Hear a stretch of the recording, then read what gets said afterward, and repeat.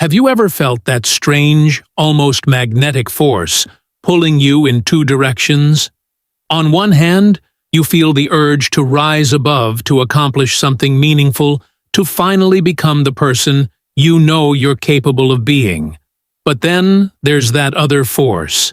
This quiet resistance, almost like something inside you, is holding you back, preventing you from moving forward. It's the kind of feeling where you can't quite explain why, but you find yourself stuck, unable to take that first step. Carl Jung, one of the most profound thinkers in the field of psychology, called this internal battle. The shadow, he described it as, that hidden part of ourselves, the one we don't like to acknowledge, the part where our fears, insecurities, and suppressed emotions live. It's not the part we show to the world. In fact, it's often the part we desperately try to keep hidden. But here's the thing, this shadow doesn't stay out of sight. It shapes our actions in ways we don't even realize. Take a moment to reflect. Have you ever had a big dream, an ambitious goal, but when it came time to act, something held you back? Maybe you felt a burst of motivation, but then you froze. The ideas you once had seemed out of reach. That's the shadow at work. It's not laziness. It's something deeper, something unconscious. It's that part of you that says, what if I fail? What if I'm not good enough? What will others think? These fears, while hidden, are powerful enough to stop us from moving forward. They create resistance, a kind of mental inertia that keeps us in a state of wanting but never doing. And the truth is, this is where many of us get stuck. We think we're lazy. We think we lack the drive. But in reality, it's not a matter of capability. It's the shadow holding us hostage with thoughts of inadequacy and fear of the unknown. It tells us it's easier to stay comfortable where we are, even if that comfort is holding us back. So we procrastinate, we delay, we rationalize, we dream, but we never do. So how do we break this cycle? Jung's answer was simple yet profound. We must integrate the shadow. This doesn't mean fighting it or ignoring it. It means acknowledging it, understanding it, and using its energy to propel us forward. Once we face our own fears and doubts, they lose their power. Instead of sabotaging us, they become the fuel that drives us. The shadow isn't something to be feared. It's something to be understood and embraced. And when you do, you'll finally find the strength to take that first step, to move beyond the inertia and turn your dreams into action. Have you ever found yourself trapped in a cycle of overthinking? You know what you want, but every time you try to move forward, your mind spins in endless circles, analyzing every possible outcome, questioning every decision. It's as if the more you think, the less you act. The pressure of getting it right paralyzes you, and in the end, you're left with nothing but a sense of frustration and stagnation. Arthur Schopenhauer, the German philosopher, argued that this mental paralysis is a fundamental part of the human condition. According to Schopenhauer, we are caught in an eternal cycle of desire. We want something, success, love, security, happiness, but as soon as we get close, the feeling slips away, and we find ourselves wanting something else. This constant striving, this never-ending chase, creates a restless mind. We're always thinking, always, imagining the next big thing, but never quite taking action to bring those thoughts into reality. It's this endless cycle of desire and dissatisfaction that Schopenhauer believed keeps us stuck. The more we want, the more we think about it, and the more paralyzed we become by our own thoughts. We imagine all the possibilities, all the risks, all the ways we could fail, and in the process, we miss the simple truth. Overthinking doesn't lead to progress. It only leads to inaction. Think about it.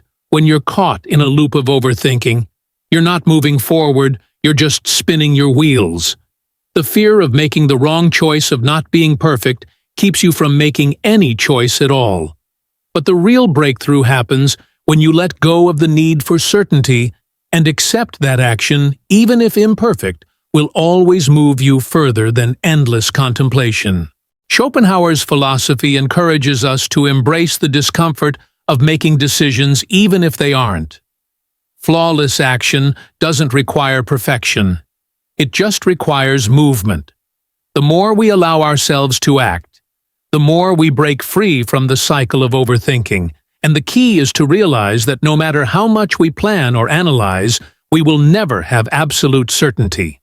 Life doesn't work that way. It's messy, unpredictable, and often requires us to take risks before we're fully ready. So how do we escape this mental trap? The answer is simple. Take the first step, even if it's small. Stop waiting for the perfect moment to act because it doesn't exist. The moment you let go of the need for certainty, you unlock the power of progress. You move from thought to action.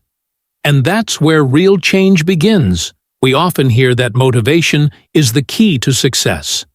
We're told that we need to feel inspired, that we need to wait for the perfect moment when everything aligns.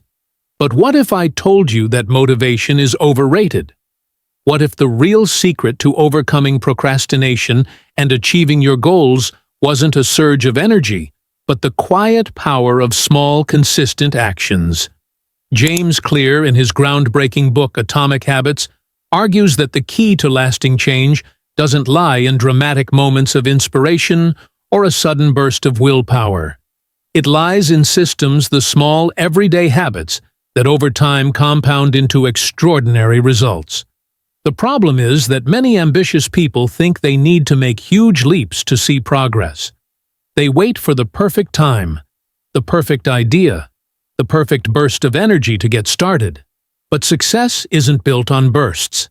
It's built on systems. Think about it. If you want to get in shape, waiting for the perfect time to start a rigorous workout routine will only leave you stuck. You might convince yourself that you need to be in the right mental space, or that you need a fancy gym membership to make it happen. But the truth is, it's the small, consistent habits. The morning stretches, the 10-minute walks. The healthy meals that create lasting change. It's these seemingly insignificant actions that over time add up to big results. Clear's central idea is that habits don't work because we force ourselves to rely on motivation. Instead, we need to design a system that makes the desired behavior easier to do. If you want to write a book, don't wait for inspiration to strike. Instead, commit to writing just 500 words a day. It doesn't matter if you don't feel like it or if your words aren't perfect. The system writing. 500 words each day builds momentum, and soon writing becomes effortless. The secret is in the system, not the occasional bursts of motivation. So how do we apply this to our own lives? The first step is simple. Stop relying on motivation to take action. Create systems that make success inevitable. Break your big goals into small, manageable actions. Want to build a business? Start by dedicating just 15 minutes a day to research or planning. Want to learn a new skill? Spend 20 minutes a day practicing. It might feel small at first, but the compound effect of these actions will create momentum, and over time, your ambition will turn into tangible results. We all dream of success. We visualize the life we want, the wealth, the freedom, the recognition. But dreaming alone isn't enough. You've probably heard the saying, if you can dream it, you can achieve it. But what if I told you that desire alone is just the starting point, that without a clear plan and the will to act, your dreams will remain exactly that, dreams.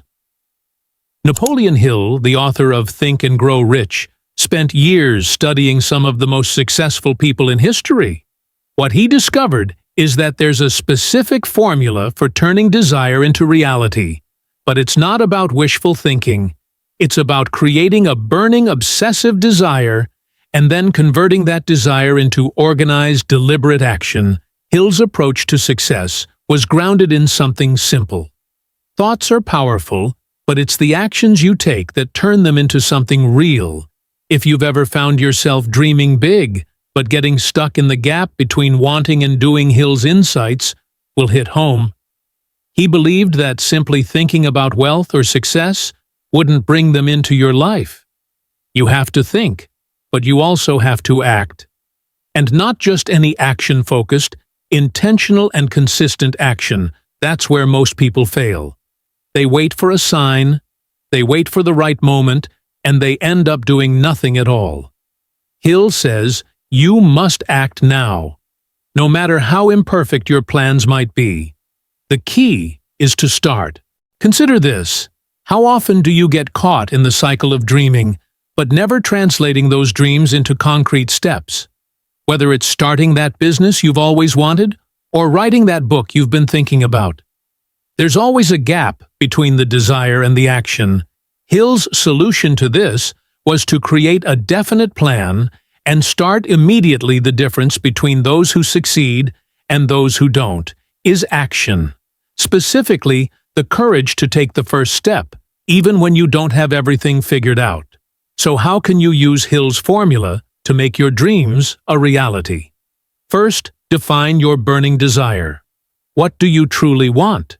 Then create a plan, a roadmap, however imperfect. And once you have that plan, start taking action. No matter how small, each step you take will bring you closer to your goal. Desire alone isn't enough. You need a plan and the discipline to act on it. Hill's message is clear. Thinking is important, but acting is everything. We live in a world that tells us to seek comfort, to avoid pain, and to choose the path of least resistance. It's easy to get caught in the cycle of looking for shortcuts, for ways to make life easier. But what if I told you that the key to true growth isn't in seeking comfort, but in embracing discomfort? What if the way to unlock your full potential is to face the hardest challenges, to push yourself beyond your limits, and to thrive in the very places where others choose to give up? David Goggins, one of the most relentless individuals in the world, has made his name by challenging the limits of human endurance. Known for his incredible feats of strength and mental resilience, Goggins has a message that cuts through the noise. Success isn't about motivation, it's about discipline. Goggins didn't become who he is by waiting for motivation to strike. He didn't wait for the perfect day or the perfect conditions. Instead, he developed a mindset that embraced discomfort. He understood that growth happens when we push ourselves through the hardest moments, when we continue moving forward even when our bodies and minds are screaming for us to stop. Goggins calls it embracing the suck, the ability to find strength in the struggle, to turn pain into power. The truth is, we often let our minds trick us into thinking that avoiding discomfort will lead to happiness or success. We convince ourselves that the key to progress is an easy, pain-free path. But the reality is that success and growth are built in the moments when you choose to push through the discomfort. Goggins's philosophy is simple. If you want to achieve something extraordinary, you have to get harder. Think about your own life. How often do you avoid the difficult tasks? How many times do you find yourself looking for a reason to take the easy way out? What if you decided to flip the script? What if you embrace the discomfort, welcome the challenge, and choose to be relentless no matter how tough things got? The truth is, real progress doesn't come from a place of comfort. It comes from discipline, from showing up every day, from pushing yourself even when it feels impossible. And when you embrace that mentality, when you learn to push past the pain and discomfort, you unlock a level of strength and resilience you never thought possible. So, what will you choose? Will you continue to seek comfort, or will you choose to get harder? The road to greatness is not paved with ease. It's built by embracing the struggle, by continuing to fight even when every part of you wants to quit. The only question is, are you ready to face that challenge head-on? Before we wrap up, I'd love to hear from you.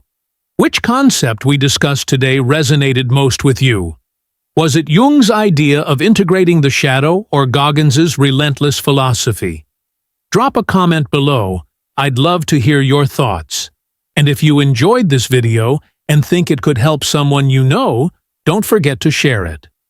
Also, if you haven't subscribed to the channel yet, go ahead and hit that subscribe button and turn on notifications so you won't miss any content that could transform the way you think and act. See you in the next video.